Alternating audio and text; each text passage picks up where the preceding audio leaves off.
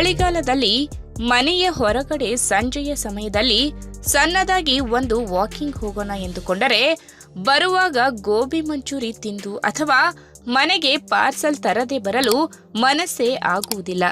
ಏಕೆಂದರೆ ಚುಮು ಚಳಿಯಲ್ಲಿ ಬಿಸಿ ಬಿಸಿ ಗೋಬಿ ಮಂಚೂರಿ ತಿನ್ನುವುದೇ ಒಂದು ಮಜಾ. ಎಲೆಕೋಸಿನಲ್ಲಿ ಮಾಡುವ ಗೋಬಿ ಮಂಚೂರಿ ದೇಹಕ್ಕೆ ಆರೋಗ್ಯಕರ ಕೂಡ. ನಮ್ಮ ದೇಹದ ತಾಪಮಾನವನ್ನ ನಿರ್ವಹಣೆ ಮಾಡಲು ಇದು ಸಹಾಯಕವಾಗುತ್ತದೆ. ಇದರ ಜೊತೆಗೆ ಇನ್ನೂ ಕೆಲವು ಆರೋಗ್ಯ ಪ್ರಯೋಜನಗಳನ್ನ ಕೊಡುತ್ತದೆ. ಹಾಗಾದ್ರೆ ನಿಮ್ಮ ಆಹಾರ ಪದ್ಧತಿಯಲ್ಲಿ ಎಲೆಕೋಸು ಸೇರಿಸಿಕೊಂಡರೆ ಏನು ಲಾಭ ಎಂಬುದನ್ನ ಇವತ್ತಿನ ವಿಡಿಯೋ ಮುಖಾಂತರ ತಿಳಿದುಕೊಳ್ಳೋಣ. ಅದಕ್ಕಿಂತ ಮುಂಚೆ ನೀವಿನ್ನೂ ನನ್ನ ಚಾನಲ್ಗೆ ಸಬ್ಸ್ಕ್ರೈಬ್ ಆಗಿಲ್ಲ ಅಂದ್ರೆ ಪ್ಲೀಸ್ ಸಬ್ಸ್ಕ್ರೈಬ್ ಮಾಡ್ಕೊಳ್ಳಿ. ಹಾಗೆ ಪಕ್ಕದಲ್ಲೇ ಇರುವಂತಹ ಬೆಲ್ ಐಕನ್ ನ ಕ್ಲಿಕ್ ಮಾಡಿ. ಎಲೆಕೋಸು ತನ್ನಲ್ಲಿ ಸಲ್ಫರ್ ಹೊಂದಿರುತ್ತದೆ.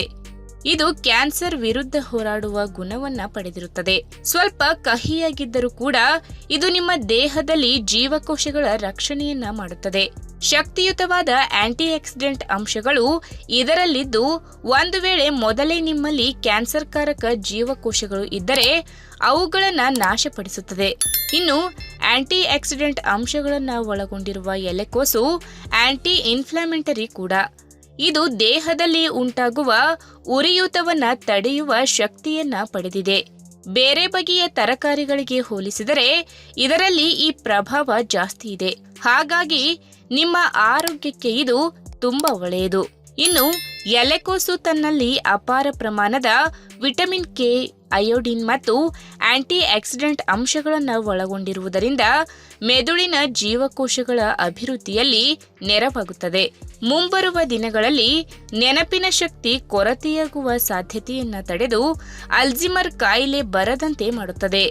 ಇನ್ನು ನಮ್ಮ ದೇಹದಲ್ಲಿ ರಕ್ತದ ಒತ್ತಡ ಉತ್ತಮವಾಗಿ ನಿರ್ವಹಣೆ ಆಗಬೇಕು ಎಂದರೆ ನಾವು ತಿನ್ನುವ ಆಹಾರದಲ್ಲಿ ಕೆಲವೊಂದು ಅಂಶಗಳು ನಮ್ಮ ದೇಹ ಸೇರಬೇಕು. ಅದರಲ್ಲಿ ಪೊಟ್ಯಾಷಿಯಂ ಕೂಡ ಒಂದು. ಎಲೆಕೋಸಿನಲ್ಲಿ ಪೊಟ್ಯಾಷಿಯಂ ಪ್ರಮಾಣ ತುಂಬಾ ಇದೆ. ಇದು ನಮ್ಮ ಬ್ಲಡ್ ಪ್ರೆಷರ್ ಮಟ್ಟವನ್ನು ಕಡಿಮೆಯಾಗುವಂತೆ ಮಾಡುತ್ತದೆ. ಹಾಗಾಗಿ ಎಲೆಕೋಸು ಹೈ ಬಿಪಿ ಇರುವವರಿಗೆ ತುಂಬಾನೇ ಒಳ್ಳೆಯದು.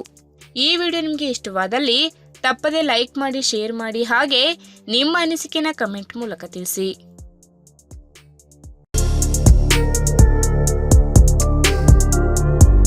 ಪೌಷ್ಟಿಕಾಂಶ ಮತ್ತು ಆರೋಗ್ಯದ ಯುಗದಲ್ಲಿ ಜನರು ತುಪ್ಪ ಸೇವನೆಯಿಂದ ದೂರ ಸರಿಯುತ್ತಾರೆ. ಏಕೆಂದರೆ ಅದು ಅವರ ಆರೋಗ್ಯಕ್ಕೆ ಹಾನಿ ಎಂಬ ಭಾವನೆ ಅವರಲ್ಲಿದೆ. ಆದರೆ ಆಯುರ್ವೇದದಲ್ಲಿ ಇದರ ಬಗ್ಗೆ ಒಂದು ಒಳ್ಳೆಯ ಮಾಹಿತಿಯನ್ನ ನೀಡಲಾಗಿದೆ. ದೇಹವನ್ನ ಆರೋಗ್ಯವಾಗಿಡಲು ತುಪ್ಪವನ್ನ ಸೇವಿಸುವಂತೆ ಶಿಫಾರಸು ಮಾಡಲಾಗಿದೆ. ಹಾಗೆ ತುಪ್ಪವನ್ನ ತಿನ್ನುವ ಕೆಲವು ನಿಯಮಗಳ ಬಗ್ಗೆ ಕೂಡ ಹೇಳಲಾಗಿದೆ. ಇದರಿಂದ ನಾವು ಅದರ ಪ್ರಯೋಜನಗಳನ್ನ ಮಾತ್ರ ಪಡೆಯುತ್ತೇವೆ ಮತ್ತು ಕೆಲವು ಭಯದ ಅನಾನುಕೂಲಗಳನ್ನ ಕೂಡ ತಪ್ಪಿಸಬಹುದು. ತುಪ್ಪವನ್ನ ಸೇವಿಸುವ ಕೆಲವು ಪ್ರಮುಖ ನಿಯಮಗಳನ್ನ ಈ ವಿಡಿಯೋ ಮುಖಾಂತರ ತಿಳಿದುಕೊಳ್ಳೋಣ.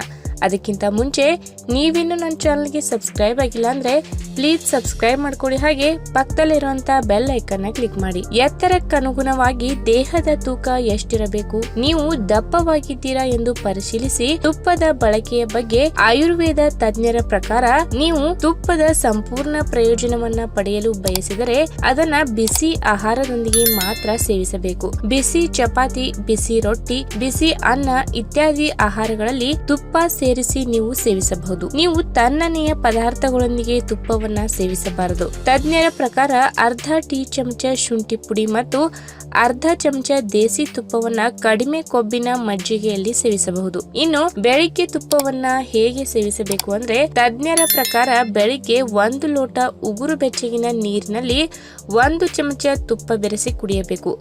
ಕಡಿಮೆ ಹಸಿವನ್ನ ಅನುಭವಿಸುವ ಜನರಿಗೆ ಇದು ಹೆಚ್ಚು ಪ್ರಯೋಜನವನ್ನ ನೀಡುತ್ತದೆ. ಈ ಅಭ್ಯಾಸವು ಸಾಮಾನ್ಯ ಜನರಲ್ಲಿಯೂ ಜೀರ್ಣಕ್ರಿಯೆಯನ್ನ ಸರಿಯಾಗಿಸುತ್ತದೆ. ಇನ್ನು ರಾತ್ರಿ ಹೊತ್ತು ತುಪ್ಪವನ್ನ ಯಾವ ರೀತಿಯಾಗಿ ಸೇವಿಸಬೇಕು ಅಂದ್ರೆ ತಜ್ಞರ ಪ್ರಕಾರ ಒಂದು ದಿನದಲ್ಲಿ 2 ಟೀ ಚಮಚಕ್ಕಿಂತ ಹೆಚ್ಚು ದೇಸಿ ತುಪ್ಪವನ್ನ ಸೇವಿಸಬಾರದು. ಆದ್ದರಿಂದ ನೀವು ರಾತ್ರಿ ತುಪ್ಪವನ್ನ ಸೇವಿಸುತ್ತಿದ್ದರೆ ನಂತರ ಬೆಳಿಗ್ಗೆ ನೀವು 1 ಚಮಚ ತುಪ್ಪವನ್ನ ಉಗುರು ಬೆಚ್ಚಗಿನ ಹಾಲು ಅಥವಾ ನೀರಿನೊಂದಿಗೆ ಬೆರೆಸಿ ಸೇವಿಸಬಹುದು. ಈ ಕಾರಣದಿಂದಾಗಿ ಆರೋಗ್ಯ ಯಾವಾಗಲೂ ಸರಿಯಾಗಿರುತ್ತದೆ. ಈ ವಿಡಿಯೋ ನಿಮ್ಗೆ ಇಷ್ಟವಾದಲ್ಲಿ ತಪ್ಪದೆ ಲೈಕ್ ಮಾಡಿ, ಶೇರ್ ಮಾಡಿ, ಹಾಗೆ ನಿಮ್ಮ ಅನಿಸಿಕೆನ ಕಮೆಂಟ್ ಮೂಲಕ ತಿಳಿಸಿ.